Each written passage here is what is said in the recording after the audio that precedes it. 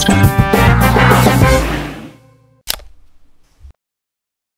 मेरे साथ डॉक्टर लुबना है। डॉक्टर लुबना हैदराबाद से जुड़ रही हैं और मैं डॉक्टर लुबना आपसे इसलिए क्योंकि मैं किसी भी अपने घर में अपनी बेटी, अपनी बहू, अपने बहन से मैं क्या आंख मिलाऊं, क्योंकि समाज का एक मतलब ये जो जात धर्म की बात होने लगी है, इसमें महिलाओं के साथ जो बात हो रही है वो एक पार्टी विशेष के कान पे जू नहीं रेंग रही है।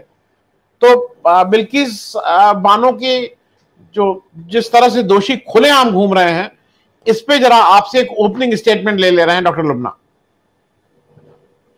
मैं ऑडिबल हूं ना? हाँ, आवाज आ रही है आपकी। ओके, शुक्रिया। लेकिन ये देखिए, एवरी डे एक भयानक दिन सामने आ रहा है। एवरी डे एक नए किस्म का भयानक चीज हमारे सामने आके खड़ा होता है। और इसके ऊपर जो इंस्टीट्यूशंस ने उसको हाथ में लेके फौरन उस इश्यू पे रिएक्ट होना चाहिए। ये एक्शन और रिएक्शन दो होते हैं। वॉलेंटरी एक्शन स्त्री के लिए, स्त्री जो कि 50% ऑफ इंडियन पॉपुलेशन है, उनकी जो एम्पावरमेंट है उसके लिए वॉलेंटरली क्या एक्शन होती है वो तो दूर की बात हो गई। अब तो यहाँ पर जब उनके ऊपर उनकी जो एम्पावरमेंट है, उनकी जो खुद मुख्तियारी पे जो अटैक्स होते जा रहे हैं, उसके ऊपर रिएक्शन भी नहीं है। तो ये हम इंडिया कहाँ जा रहा है? अभी going backward, are we going forward? Where are we? 50% जबकि पार्लियामेंट में हम पहुंचने की, महिलाएं रहने की जहां पर बात होनी चाहिए थी, वहां पर एक 19 ईयर ओल्ड एक अपनी बेटी की, इस इंडिया की बेटी को जो पढ़ना चाह रही थी, लेकिन बाप की सिक्योरिटी गार्ड की नौकरी जाने की वजह से वो रिसोर्ट में काम करना शुरू करी थी अपने फैमिली के लिए। ये है हमारी हालत। यहाँ पर एक्चुअली उनकी जो एजुकेशनल हालत है, माशी हालत है, फाइनेंशियल स्टेटस है, ये वुमेन की सिक्योरिटी की अकेले की बात नहीं है। इसमें पूरी इंडिया आपको दिख रहा है, इंडिया का दर्पण होल्ड कर रही है। आज Ankita, she is holding the mirror to the country. Economic conditions जो इंडिया के है कि बाप सिक्योरिटी गार्ड है, माँ कहीं काम कर रही है और बच्ची पढ़ना चाह रही है लेकिन नहीं पढ़ रही है, 12th के बाद नौकरी ले रही है। ये है हमारी हालत। ये स्टार्टअप बोल रहे हैं आप, बेटी की पढ़ाई बोल रहे हैं आप, ये सब बातें हैं भाई। Look at the status, she is holding a mirror today. वो जाते जाते मिरर बता रही है। और पॉलिटिकल स्टेटस जो ये जहां पर बालक कहा जा रहा है, उसकी पूरी एविडेंस है वहां पर। And where is the institution governance of the country? Minister of women कहाँ है? अरे रिजाइन करना चाहिए भाई, उन्होंने रिजाइन करना चाहिए भाई, शर्म के माफिक रिजाइन करना चाहिए। हम सबको शर्म आ रहा है, रोना आ रहा है कि हमारी बेटी कहां गई भाई, वेयर इज शी? ये दुस्थिति सिर्फ यहाँ वुमेन सिक्योरिटी की अकेली नहीं है। It is about the entire economic status, the social status of the financially backward. इन लोगों की कहाँ है? कहाँ हम किसको ऊपर खींच पा रहे हैं यार? कोई जो द ओनली फाइनेंशियल स्टेटस किसकी गई आगे बताइए मेरे को। कोई सेकंड इंचार्ज हो रहे पूरी वर्ल्ड में माशी हालत, फाइनेंशियल स्टेटस में? Where is Ankita status? उन्हें पढ़ने का जाके उनको रिसोर्ट में काम करने की जरूरत ही क्यों आई, पूछ रही हूं मैं। जरूरत आई इसलिए क्योंकि इसकी माशी हालत ठीक नहीं है। तो क्या हम ये पर्सन एक अदानी के बेसिस पे इंडिया की रेटिंग होंगी अब माशी हालत की? व्हाट आर वी टॉकिंग भाई? सोशल सिक्योरिटी कहाँ है? वुमेन की सिक्योरिटी कहाँ है? इकोनॉमिक सिक्योरिटी कहाँ है? क्या ये सब स्टेट पे डायरेक्टिव प्रिंसिपल्स पार्ट 4 में क्या ये स्टेट को नहीं बोला गया कि आपको हर इंसान की लाइफ की डिग्निटी बोल के डायरेक्टिव प्रिंसिपल्स में बोला गया है? उनकी लाइवलीहुड के बारे में डायरेक्टिव प्रिंसिपल्स में बोला है। किसको बोला गया भाई? जानवर को बोला गया क्या इंडिया के? ये तो इंडियन स्टेट गवर्नमेंट को बोला गया है, यूनियन गवर्नमेंट को बोला गया है कि आप इंश्योर करेंगे कि एवरी इंसान डिग्निटी से रहेगा, उसकी लाइवलीहुड से रहेगा। उन्हें जहां तक I tell you directive principles इतने नाजुक, इतने ब्यूटीफुल तरीके से बनाए गए, वहां पर यह भी लिखा है कि सपोज एवरी सिटीजन को उसकी फुलफिलमेंट के लिए स्टेट गवर्नमेंट को काम करना पड़ेगा। बताइए where is the directive principle and where is the situation of Ankita today? Where is Ankita? We want her back. Where is Ankita? और ये अंकिता जैसा नहीं हम बर्दाश्त नहीं कर सक रहे भाई, नहीं कर सक रहे। Please understand us women, we are 50% of India. मैं ये बोल रही हूँ कि आगे हमको क्या बोल रहे भाई, क्या कि अंकिता जैसा कभी नहीं होगा। will the prime minister of India, will the president of India, the lady, जो ट्राइबल लेडी, उनको क्या वो खड़के बोलेंगे, क्या वो पुकारेंगे कि क्या हो रहा है मेरे इंडिया में, मुझे लाके प्रेसिडेंट बनाए, मेरी अंकिता कहाँ है, क्यों उन्हें पुकार नहीं रहे हैं? Why is she not shouting? And what about the Ministry of Women? What about the Women's Commission? What about the Human Rights Commission? बताइए, दर्द है भाई, दर्द। We want our Ankita back। और कोई हमको ये तो खोल के मुंह खोल के बताते भाई कि आगे अंकिता का कुछ नहीं होने वाला है भाई, कुछ नहीं होने वाला, अंकिता जैसा कोई हादसा नहीं होने वाला है पूरी इंडिया में। कोई एक दम रखे भाई एक बात बोलने के लिए। और what are we having the entire state machinery? बोलिए मेरे को, ना सरहदें महफूज है, ना अंदर के वुमेन महफूज है, क्या महफूज है? Where is governance? My question is, where is governance? जी, मैं बर्दाश्त के बाहर है जी। मैं लेकिन जरा अपने दर्शकों के लिए और डॉक्टर संदीप इसलिए क्योंकि ये मैसेज जा रहा है, मैं एक दो चीजें क्लैरिफाई कर दूं। ये जो जस्टिस लोया वाला मामला था, हुआ ये था कि जब सुप्रीम कोर्ट ने ट्रांसफर किया था गुजरात से इस केस को बंबई, क्योंकि उनको लगा था कि ये इंडिपेंडेंट वहां पे इन्वेस्टिगेशन नहीं हो पाएगा, न्याय प्रक्रिया नहीं पूरी हो पाएगी, न्यायालय नहीं चल पाएंगे, तो ये बंबई गया था। उसके साथ ही साथ सुप्रीम कोर्ट ने यह भी कहा था कि जो जज इसको सुन रहा है उसका ट्रांसफर नहीं होगा जब तक इसमें फैसला ना जाए। उन सब चीजों को ताक पे रख के उस जज का ट्रांसफर कर दिया जाता है, जस्टिस लोया को लाया जाता है। सबसे अहम बात यह है कि सीबीआई ने जो अपनी जो फाइल की थी चार्जशीट, उसमें अमित शाह साहब को किंग पिन बोला था कि किंग पिन है और इनके चारों तरफ ये रखा गया। अमित शाह साहब उस सोहराबुद्दीन एनकाउंटर केस में एक बार भी उपस्थित नहीं हुए, नंबर एक। नंबर दो, मैं इसलिए भी बता दूं कि जस्टिस लोया को इस बात पे उनको बुरा लगा था कि ये अपना पर्सनल एग्जेम्पशन लेते थे कि मैं उपस्थित नहीं रहूंगा। जिस दिन डेट लगी हुई थी वो अक्टूबर क्या का कोई दिन था, अक्टूबर या नवंबर 2014 का।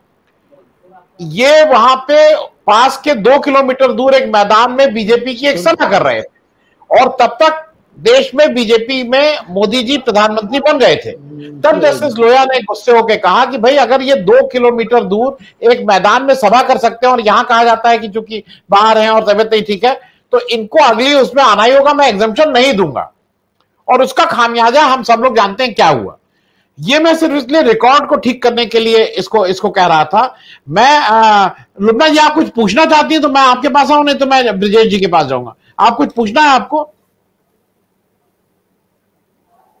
नहीं, मैं बस जी नहीं बोलिए नहीं संदीप से तो नहीं, बस यही बोलना है कि वहां के जो भी साथी अब पद यात्रा में है वो हिम्मत से रहें, क्योंकि वो इंडिया के संविधान को और इंडिया को बचाने के लिए वो वहां पर है। तो इसलिए हम प्रेयर्स आपके साथ है, हम सबकी विशेष आपके साथ है। और बराबर जब आप बिल्किस बानो से मिलेंगे तो पूरी इंडिया की तरफ से उनसे माफी बोलिए, हम सब की तरफ से, हैदराबाद और हर शहर, हर स्त्री, हर पुरुष, हर इंडियन उनसे माफी मांग रहा है।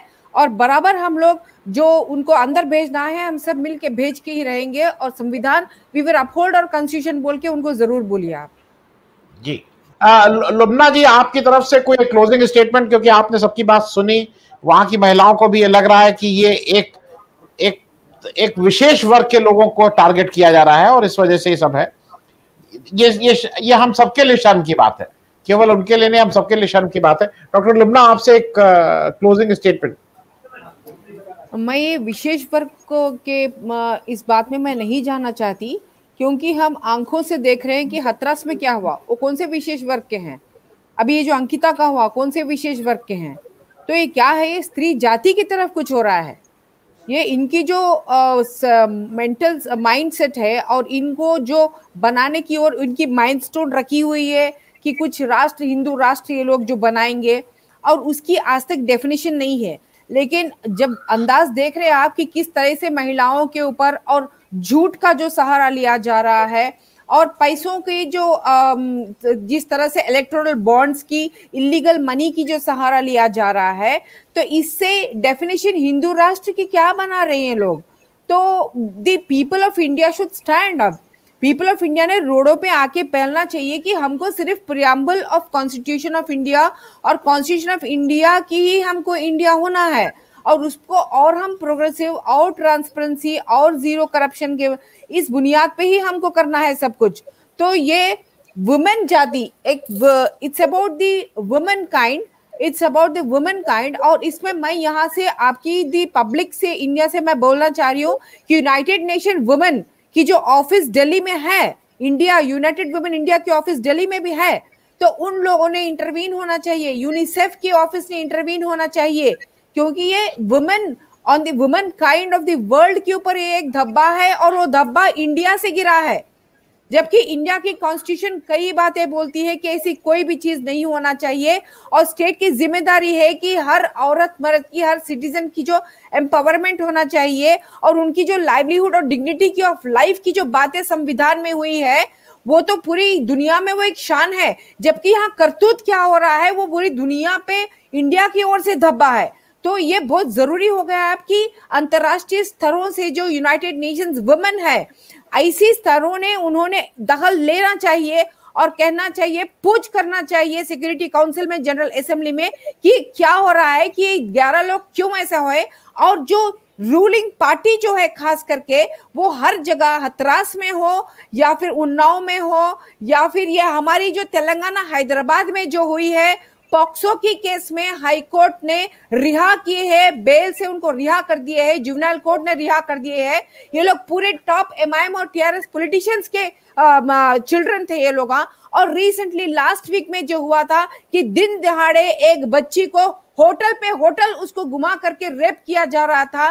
तो ये सब क्या हो रहा है? Where is the governance? So इस पे इंडिया की जो हाल सूरत हाल है उस पे अंतरजातीय स्तर से एक कमेंट होना ही चाहिए, एक कुछ प्रेशर होना ही चाहिए। और ये बर्दाश्त के बाहर है। आप जरा हम लोगों की बात सुनिए, ये टेरर है भाई, हम स्त्रियों पे ये टेरर हो रहा है। और हम जैसे कई स्त्रियों ही नहीं भाई, क्योंकि स्त्रियों के बाप है, बहन है, भाई, ये सबके ऊपर ये क्या है, ये बहुत बड़ा टेरर हो रहा है हम लोगों पे।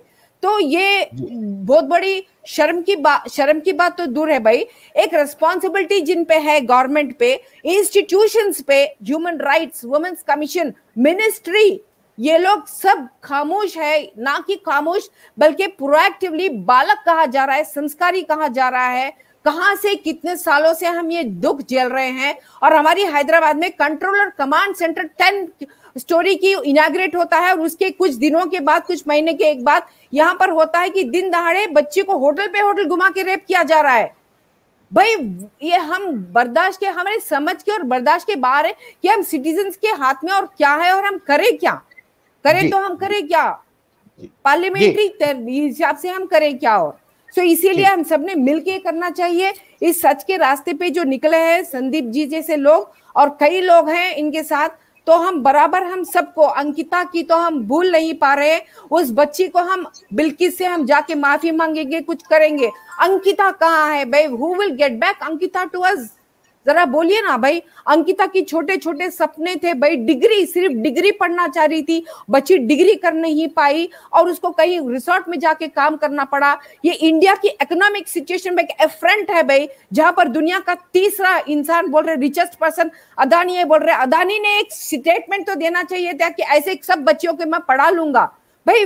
और निर्मला सीतारामन जी ने कहा था कि welfare and it's not a क्या बोलते वो, it's not a trademark only for socialism.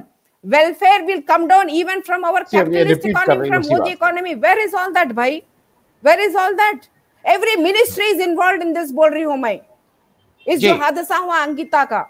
Ji doctor Lubna, इसीलिए हम लोग इन मुद्दों को उठाए रखेंगे। और मैं आपको इतना विश्वास दिला दे सकता हूं कि जब जब कहीं पे भी इस तरह की बात होगी तो हम लोग जरूर इन बातों को करेंगे, लोगों को जागृत करने की कोशिश करेंगे और लोगों को चाहेंगे कि देखिए ये केवल सरकार का काम और हमारे घर का, हमें भी घर के बाहर आके आवाज उठानी पड़ेगी। जिससे जो हो सकता है, अगर कोई मेल कर सकता है, कोई ट्वीट कर सकता है, कोई 2 लाइन लिख सकता है फेसबुक पे, क्योंकि ऐसा नहीं कि सरकार को, अगर सरकार सो रही है तो उसको जगाने का काम भी मेरा और आपका है, जैसा संदीप भाई कर रहे हैं, डॉक्टर लुबना करें।